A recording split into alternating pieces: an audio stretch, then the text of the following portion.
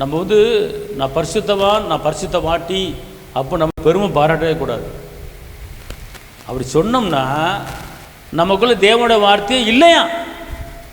எப்படிப்பட்ட வாழ்க்கை வாழணும் பார்த்தீங்களா? அதனால் இன்றைக்கி வந்து ஃபஸ்ட்டு வந்துங்க, நான் ஜெயிப்பதுக்கு முன்னால் வந்து நம்முடைய இதயத்தை ஆராய்ந்து பாருங்கள். உங்களை நீங்களே உய்ந்து ஆராய்ச்சிங்களுடைய செப்பனையாக 2 சொல்லப்பட்டிருக்கிறது.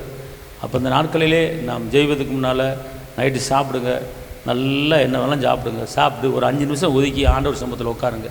ஆண்டவரே இன்றைக்கி காலையிலேருந்து சாயங்காலம் வரைக்கும் நான் யாரை பார்த்தேன், யார்கிட்ட என்ன பேசுனேன், மச்சான்ட்ட பேசினேன், சித்தப்பட்ட பேசுனேன், மகள்கிட்ட பேசுனேன்னா, மகன்கிட்ட பேசுனேன்னா, ஏன் தப்பாக பேசிட்டேன், நான் வஞ்சேன், நான் மகளை வஞ்சேன், நீ உருப்பட மாட்டாடி, தேர மாட்டாடி அப்படின்னு வஞ்சிப்பட்டே மகளை அப்படி பேசியிருந்தா கூட நீங்கள் என்ன செஞ்சீங்க, அது வந்து உருப்பட மாட்டாடி, நீ தேர மாட்டாடி அப்படின்னு அம்மா கோவத்தில் வையும். அப்போ நான் என்ன வார்த்தை, உருப்பட மாட்டேன், தேர மாட்டேன், இது விதை.